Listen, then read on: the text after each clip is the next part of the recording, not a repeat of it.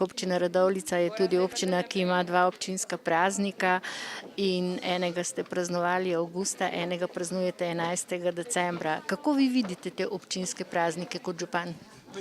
No, jaz bi zdaj pozornost usmeril predvsem v ta praznik, to je Linhartov praznik, in tudi tukaj malce več pozornosti posvečamo nagrajencem, ki delujejo na kulturnem umetniškem področju, tako da se v bistvu ta 2 praznika malce med seboj razlikujeta, medtem ko je pa poletni, avgustovski, je pa predvsem namenjen gospodarstvu, športnikom in pa druga področja.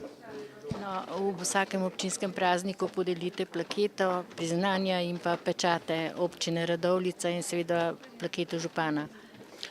Ja, nekako nekaj je priznanj, ki jih lahko jaz sam podelim, nekaj je pa priznanj teh najvišjih s potrditvijo občinskega sveta, tako da tudi sem prepričan, da gredo ta priznanja v prave roke in je bilo tudi soglasno potrjeno na občinskem svetu za ta najvišja priznanja.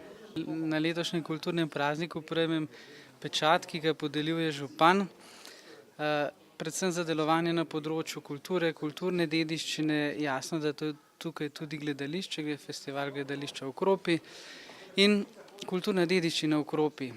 Pravzaprav to priznanje jasno osebno dobivam jaz, ampak kljub vsemu je pa to priznanje pomembno, predvsem za vse tiste, ki so ob meni ustvarjali kulturo oziroma so pomagali pri varovanju kulturne dediščine v Kropi.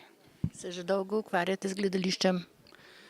Ja, kar nekaj časa, že v osnovni šoli, pa tudi potem z nekaj letno pavzo, kasneje pa tudi, recimo da rečemo zdaj tam dobrih 8 let, s varovanjem kulturne dediščine oziroma z delovanjem na področju kulturne dediščine pa že dobrih 17 let. Koliko časa že delujete pri fotografskem društvu Radovljica? Ja, moje delovanje v bistvu sega v 2 termina.